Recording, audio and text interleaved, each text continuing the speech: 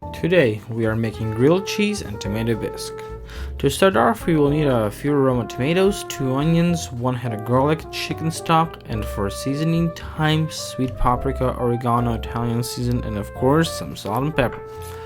To begin, take out the cores of your tomatoes, cut them into quarters, and put them in a mixing bowl.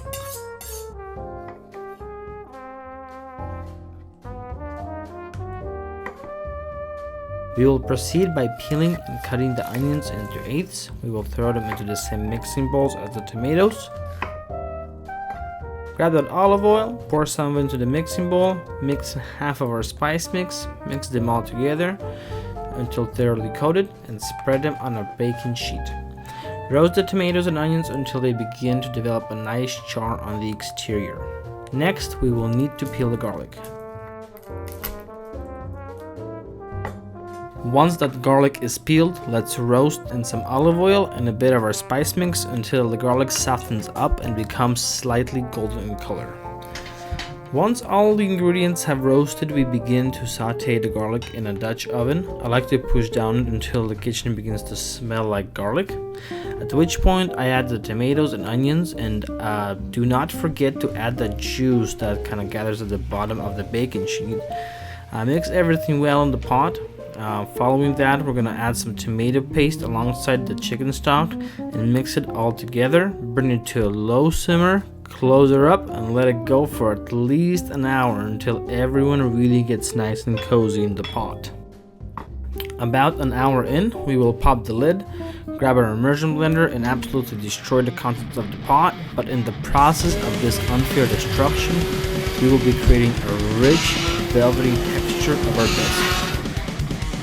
Follow it with a hefty amount of salt and pepper, and I'll stir in some heavy whipping cream and just let it sit while I work on my grilled cheese.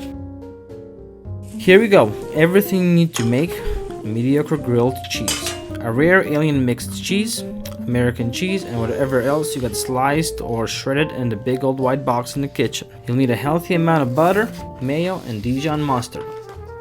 Grab your home-baked bread. Of course, cut some sandwich slices, butter on the inner part of the sandwich, and proceed to toast it.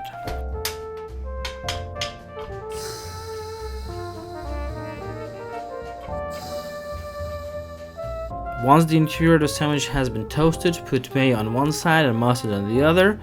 I'll grab that alien mixed cheese and spread it with love on the mayo side, toss on some American cheese, some more sliced cheese that I found, and put the top on.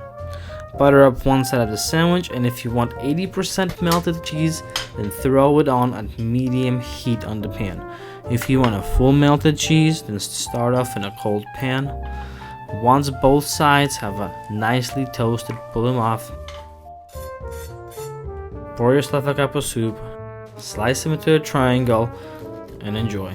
This is one of my favorite meals, and honestly, I've never had this as a kid. I've only had this as an adult, and it's been kind of in our rotation now for probably half a year. So try it. Thank you.